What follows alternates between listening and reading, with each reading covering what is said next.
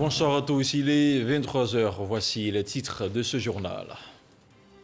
Éminent cadre et titulaire de plusieurs diplômes, dont un doctorat en médecine, le docteur Justin Nguessan Kofi est le candidat de la Côte d'Ivoire pour le poste de commissaire chargé de la santé, de l'humanitaire et du développement social de l'Union africaine.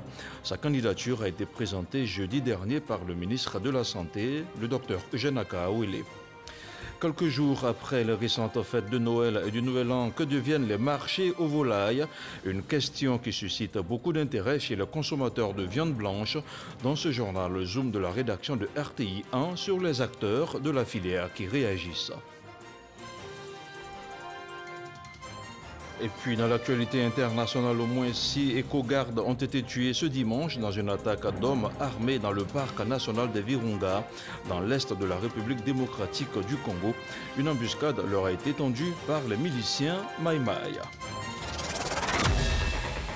Et voilà pour les titres de cette édition. Médecin de formation, il totalise plus de 20 ans d'expérience professionnelle en tant que coordonnateur de plusieurs projets de santé, tant sur le plan national que sur le plan international. Le docteur Justin Nguessan Kofi a été choisi par les autorités ivoiriennes pour briguer le poste de commissaire en charge de la santé, des affaires humanitaires et du développement social de l'Union africaine. Sa candidature a été présentée à la presse nationale et internationale, une cérémonie qui s'est tenue en présence de plusieurs ambassadeurs dans les locaux du ministère des Affaires étrangères. Le compte-rendu de Nou Sangaré avec le commentaire de Franck Kouadio. La Côte d'Ivoire, candidate à l'élection du poste de commissaire chargé de la santé, des affaires humanitaires et du développement social de l'Union africaine. Et c'est le docteur Justin Kofi Nguessan qui a été choisi pour porter les couleurs ivoiriennes à cette élection. Aussitôt présenté, le candidat ivoirien n'a pas manqué de dévoiler sa vision pour le rayonnement de l'institution au plan humanitaire, sanitaire et social. Ce que nous voulons, c'est redonner au continent son indépendance pharmaceutique. Nous voulons également faire en sorte que la mortalité maternelle baisse sur le continent, que les violences basées sur le genre diminuent sur le continent. Nous voulons mettre en place un vaste programme d'autonomisation des femmes et des filles pour le continent. Pour l'atteinte de cet objectif, Justin Kofi peut compter sur le soutien du chef de l'État qui entend à travers cette candidature faire la promotion des compétences de cadres ivoiriens au sein des institutions internationales. C'est avec beaucoup de plaisir et beaucoup de motivation que la Côte d'Ivoire a présenté et soutient cette candidature. Au demeurant, celle-ci s'est dégagée après une présélection qui a vu le docteur Kofi Justin se placer premier. C'est donc une vraie valeur que la Côte d'Ivoire soutient au niveau africain. Elles étaient là. À la présentation de la candidature ivoirienne, des chancelleries n'ont pas manqué de marquer leur satisfaction. Selon ma modeste personne, je pense que le candidat, il a le profil de prendre ce poste.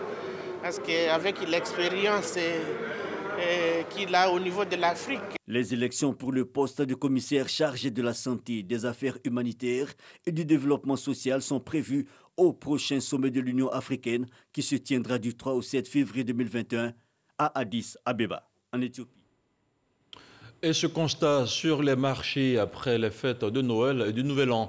Que deviennent les marchés de volailles de la capitale économique ivoirienne?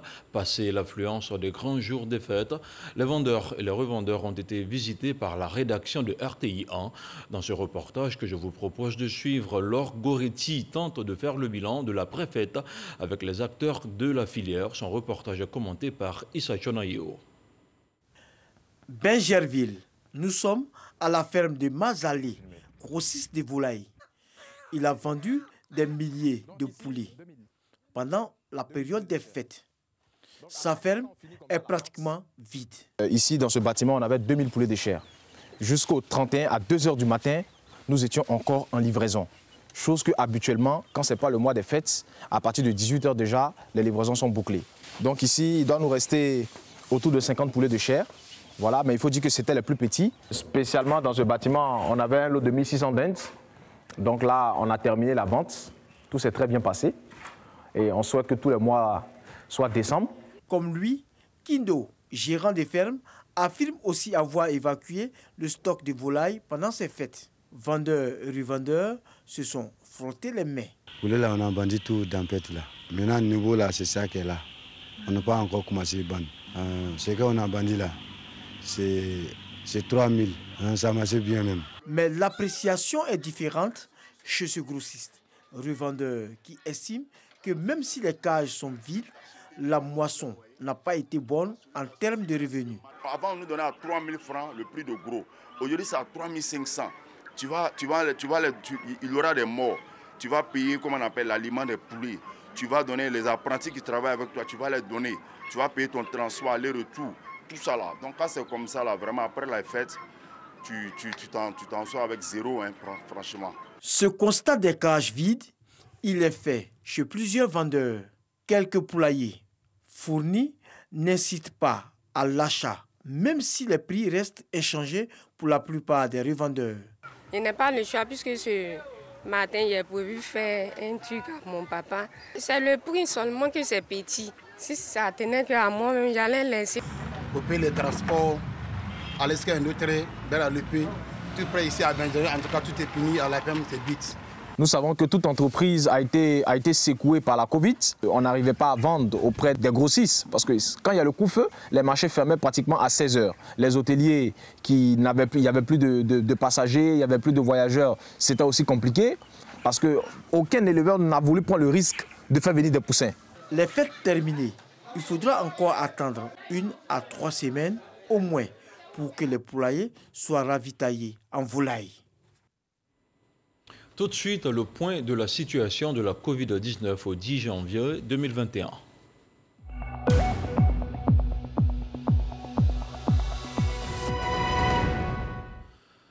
Le ministère de la Santé et de l'Hygiène publique a enregistré ce dimanche 10 janvier 2021 268 nouveaux cas de Covid-19 sur 3478 échantillons prélevés, soit 7,7% de cas positifs, 128 guéris et 0 décès.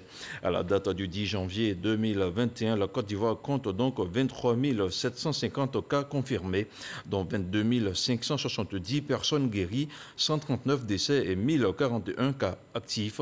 Le nombre total d'échantillons est de 280 629.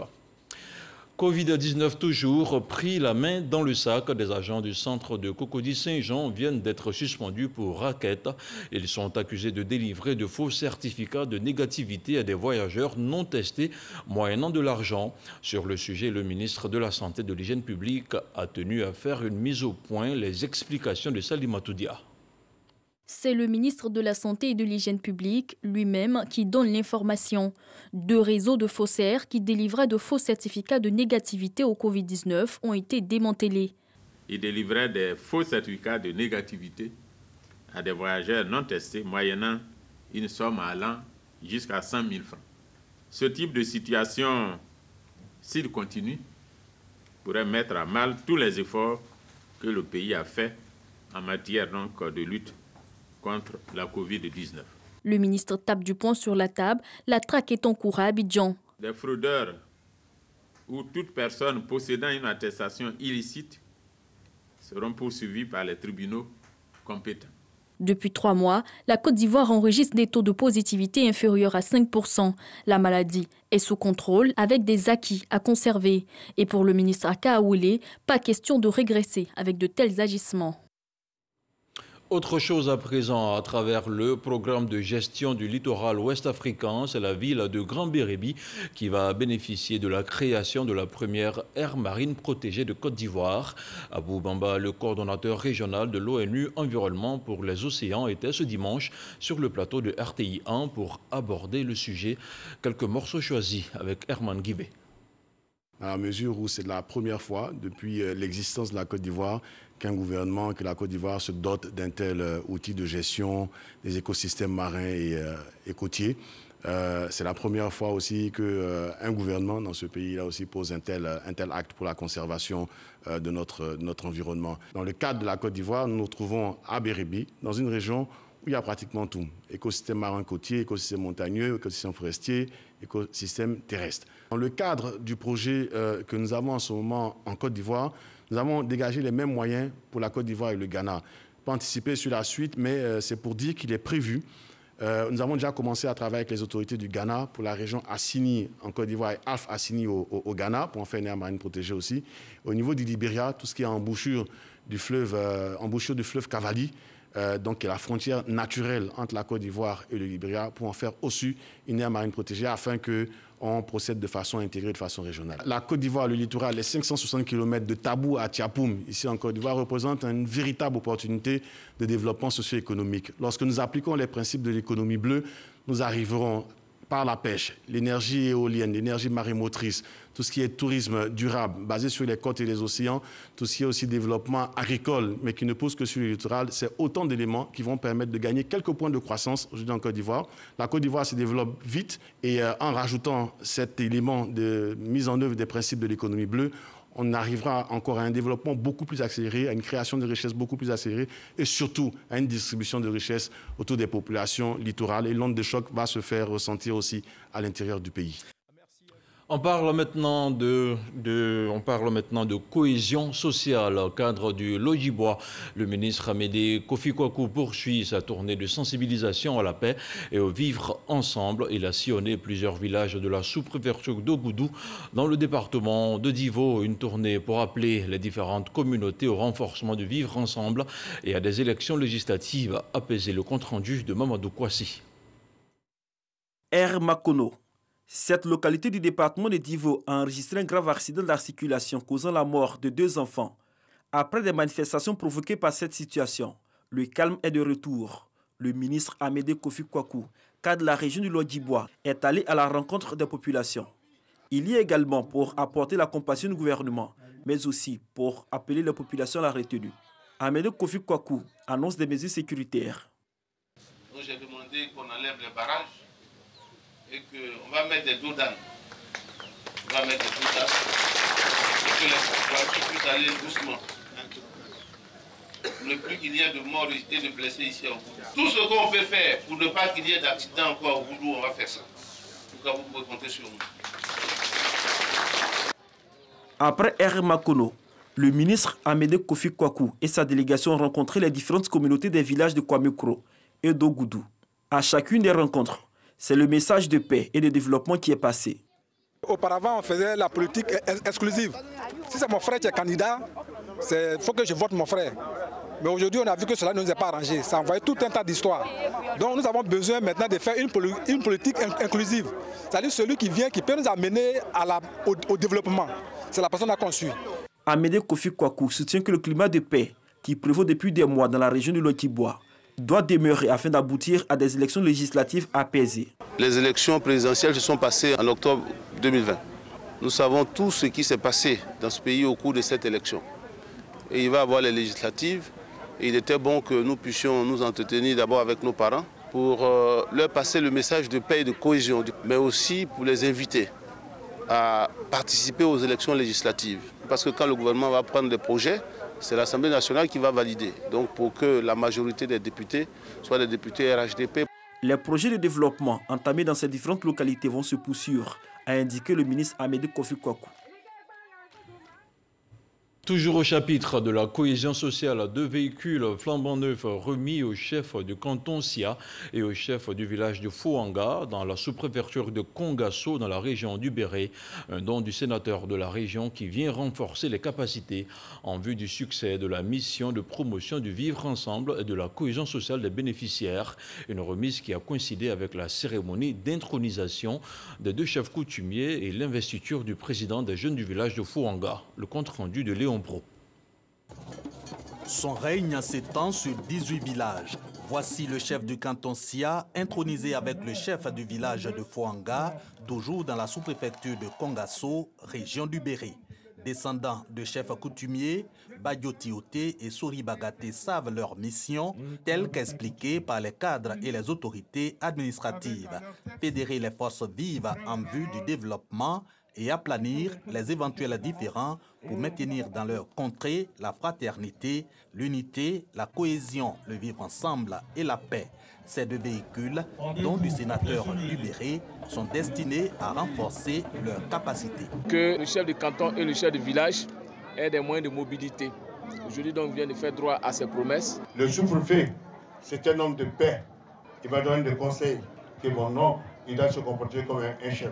Donc, il n'est pas là pour régler le compte, il est là pour nous mettre ensemble. On peut tout avoir dans l'entente. Ces véhicules, bien appréciés des bénéficiaires au regard de la complexité de leur mission, avec la montée des crises du fait des problèmes fonciers et autres conflits agriculteurs-éleveurs et de l'étendue de leur canton. Des missions désormais facilitées grâce aux sénateurs, reconnaissent les chefs traditionnels. Le rôle du président de la République, c'est ce que le sénateur fait au lieu de le libérer. Moi, j'ai fait des doléances. Il a dit, d'accord, lui ne peut pas rouler dans un véhicule et le chef du village est à terre. Alors, je vous offre 2 véhicules. Et il a respecté. Avec les 2 chefs traditionnels pour insuffler la dynamique de la cohésion et de la paix dans le canton Sia, le président des jeunes de Foanga, Issouf Tioté, qui a été investi dans ses fonctions à l'occasion de l'intronisation des 10 chefs coutumiers. Il a choisi la paroisse Sainte Immaculée Conception de Fresco pour demander la grâce de Dieu. Nommé ministre de la Réconciliation nationale le 15 décembre dernier, Kwadio Konan-Bertin était à l'église ce dimanche. Kakabe est allé implorer le Seigneur pour lui demander la réussite de sa mission sur la voie de la paix et de la cohésion sociale dans notre pays.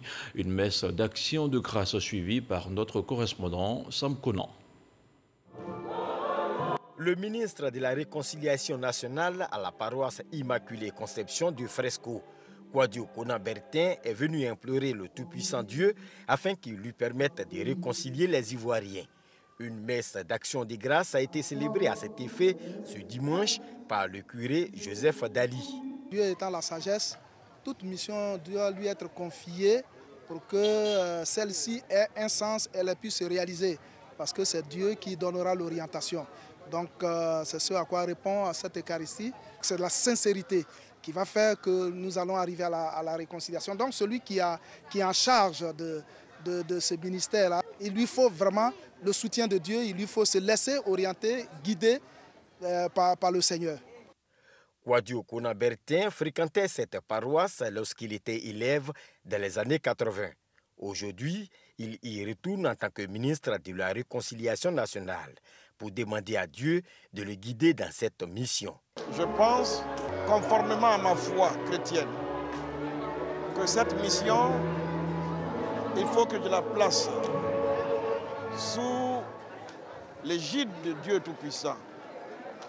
Je suis venu ce matin me confier à lui afin que lui-même m'éclaire, lui-même me guide et qu'il me mette à cœur toutes les actions et toutes les paroles qui vont justement apaiser le cœur des Ivoiriens et nous amener à nous pardonner mutuellement. La veille, le ministre Kwadio Konan-Bertin s'est rendu dans son ancien établissement scolaire et a échangé dans la soirée avec la chefferie traditionnelle et les parents du député Alain Lobognon. Religion toujours et ses 40 ans de sacerdoce pour l'évêque Marie-Daniel Dadier. L'événement a été célébré ce dimanche à l'église Saint-Joseph, sinon Saint-Charles Borromée d'Adzopé. Une célébration placée sous le sceau de la paix et de la cohésion sociale. Le compte-rendu de Walter Amadou Ouattara. L'église Saint-Charles Borromée d'Adzopé abrite la messe d'action de grâce à l'occasion des 40 ans de sacerdoce de l'évêque Marie-Daniel Dadier. L'événement religieux est rehaussé par le soutien de parents et amis venus de France, du Libéria et de plusieurs villes de Côte d'Ivoire. Dans son homélie, le père Louis Kakou appelle les fidèles à être des artisans de paix. Il les exhorte également au respect des symboles de l'État. La célébration des 40 ans de sacerdoce de l'évêque Marie-Daniel Dadier est un moment de joie et d'allégresse salué par les personnalités invitées. Il a été porté ici par le père Sebilo, mais c'est à Tepoué, dans le diocèse d'Abidjan, qu'il a été ordonné prêtre. Et il a parcouru le monde avec un zèle missionnaire. De Yopougon, en passant par Katiola, Odiéné et archevêque métropolitain de Korogo. Il avait déjà vu que notre pays avait besoin de dépasser nos religions, de dépasser nos convictions, mais de regarder l'Éternel, un seul Dieu, Père de tous. Le ministre d'État, Patrick Hachi, secrétaire général de la présidence de la République et président de la région de Lamé, traduit sa gratitude à l'évêque pour le choix de la paroisse Saint-Charles-Borromée d'Azopé. Le jubilaire du jour, Monseigneur Marie-Daniel Dadié, a exprimé sa reconnaissance au président de la République, Alassane Ouattara, pour sa constante sollicitude. Si j'ai pu arriver jusqu'à la pratique, c'est parce que j'ai eu autour de moi des gens qui m'ont soutenu, des gens qui croyaient en moi. Cette célébration s'est achevée par un témoignage sur le parcours sacerdotal de l'évêque. Des présents lui ont été remis par des fidèles. Et ce fait divers, un éléphant à Timbégélé, village de la sous-préfecture de Dabakala, l'animal a détruit des cultures, des maisons et menace maintenant les populations. Une population qui souhaite que le pachyderme quitte définitivement la zone et au plus vite. Les explications de Kwadio Kwame. Situé à 60 km de son chef-lieu de sous-préfecture, Dabakala, Timbégélé, village de plus de 1000 âmes, enregistre depuis le 17 décembre dernier un étrange visiteur, un éléphant qui passe ses nuits dans le village, toute chose qui crée la psychose au sein de la population rurale. Les dégâts ont débuté par ce qui tient d'habitation à la petite communauté Peul qui mène ses activités à l'orée du village. On a beaucoup peur. Un soir, on a découvert un éléphant dans notre campement. Et il a commencé à détruire nos petites cases. Bon, pour cela, on s'est déplacé. On a rejoint les gars du village. Une présence qui a fortement modifié les habitudes des habitants de Timbégélé. Actuellement, on n'arrive même pas à dormir. À partir de 17 h seulement, tu t'amuses à te promener seulement, il va faire des dégâts. L'essentiel, le plus difficile même, si sans l'odeur de manger dans ta maison seulement, tu es foutu. On ne peut même pas aller au champ. Depuis le 17 décembre jusqu'à présent, on perd le riz à manger. On a peur d'éléphant. S'il te trouve avec la moto, il gâte la moto. Il gâte les cultures, l'igname, bananieux, riz, tout. Vraiment, ça nous trouble. Chercher une solution pour venir prendre, pour qu'on puisse être à l'aise au moins.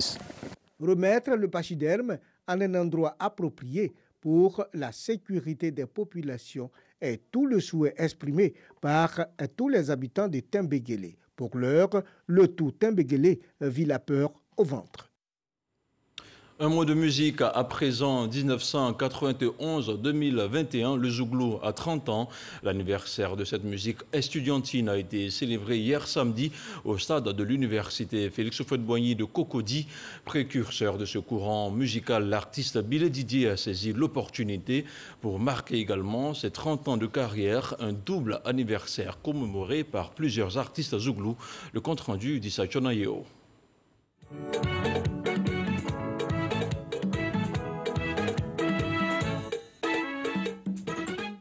Boklo Kofi, c'est le titre qu'il a révélé au grand public en 1990. Bilé Didier, c'est de lui qu'il s'agit, à porter haut les couleurs du Zouglou au sein de la musique ivoirienne et même au-delà des frontières du pays. Né à la cité universitaire de Yopougon, ce nouveau rythme dénonce les difficultés vécues par les étudiants et soutenu par une gestuelle pour implorer le Seigneur afin de les résoudre. C'est cette musique qui a aujourd'hui 30 ans.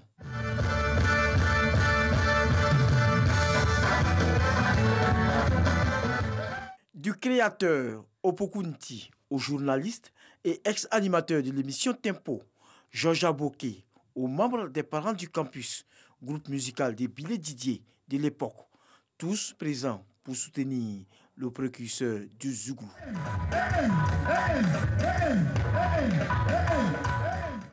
On a rencontré en 1990 nos amis du campus Ambiance, à commencer par Bilé Didier. Je me suis dit, c'est ça qui va faire la musique ivoirienne parce que ça n'appartient à aucun groupe ethnique de Côte d'Ivoire. avec toute l'éclosion de ce qu'on appelle la nouvelle génération et les anciens qui vivent encore, le phénomène, la graine a été bien plantée. Autre attraction, Aïbébou et photocopie. L'un, compagnon de scène de l'artiste, et l'autre, admirateur depuis l'enfance du chanteur.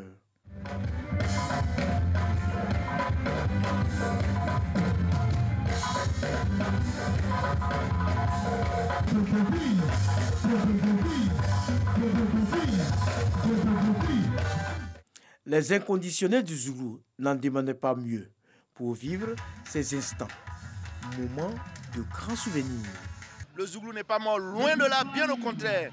Il a cet été été réinspiré, réinventé, redit autrement, mais le Zoulou vit toujours et vivra encore pendant longtemps. Une pirogue en guise de cadeau offert par Célestin Kouala, un inconditionnel du Zoulou, et un gâteau ont permis de célébrer les 30 ans de carrière de Bidé Didier. La fête s'est poursuivie jusque tard avec d'autres artistes, dont Lago Poulain.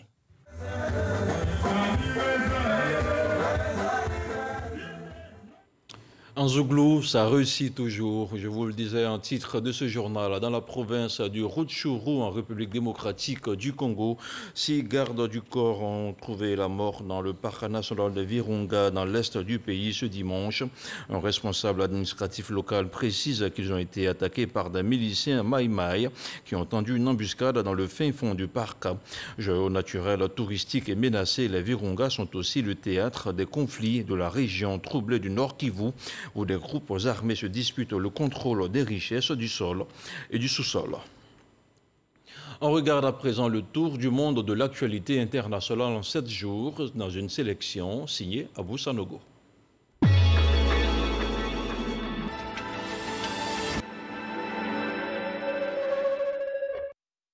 C'est un véritable drame qui est survenu au Niger. 100 personnes ont été tuées dans les attaques de 2 villages de l'ouest du pays en pleine élection présidentielle. Un des pires massacres de civils dans ce pays et au Sahel, régulièrement visé par des groupes djihadistes. La double attaque qui n'a pas été revendiquée a été perpétrée par des terroristes venus à bord d'une centaine de motos pour attaquer ces 2 villages. Le président sortant Faustin Archange Touadéra a été déclaré vainqueur de la présidentielle du 27 décembre 2020 avec 53,92% des voix par l'autorité nationale des élections.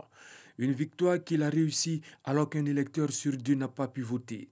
Un immense défi latent. Relever un pays et une population meurtrie par la guerre civile, une économie totalement détruite et regagner un immense territoire sous la coupe des groupes armés. Plusieurs personnes ont été tuées dans le centre du Mali, l'armée française affirmant avoir frappé des dizaines de djihadistes, tandis que des villageois et une association locale parlaient de civils atteints par un appareil non identifié lors d'un mariage. Des manifestants pro-Trump sont parvenus à s'introduire dans le Capitole à Washington, interrompant la séance consacrée à la certification des résultats de la présidentielle. Ils ont fait irruption lors des débats de la Chambre des représentants, ont investi les terrasses du Capitole et provoqué l'évacuation des bâtiments du Congrès. Un nouveau palier est franchi. La Covid-19 a fait 200 498 morts sur plus de 212 millions d'habitants au Brésil.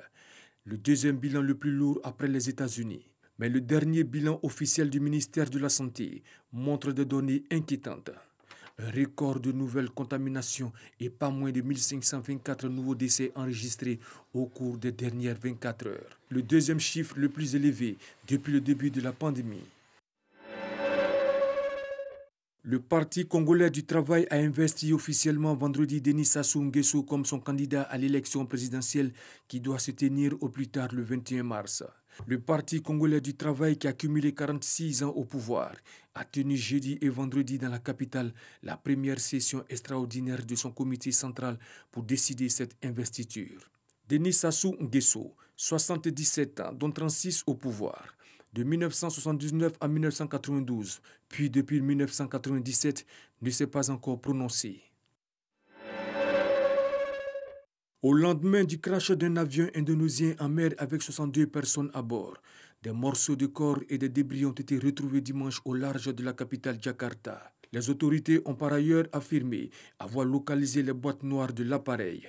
Aucun détail n'a été donné à ce stade sur les causes possibles de l'accident. 50 passagers, dont 10 enfants, et les 12 membres de l'équipage se trouvaient à bord. Tous sont indonésiens.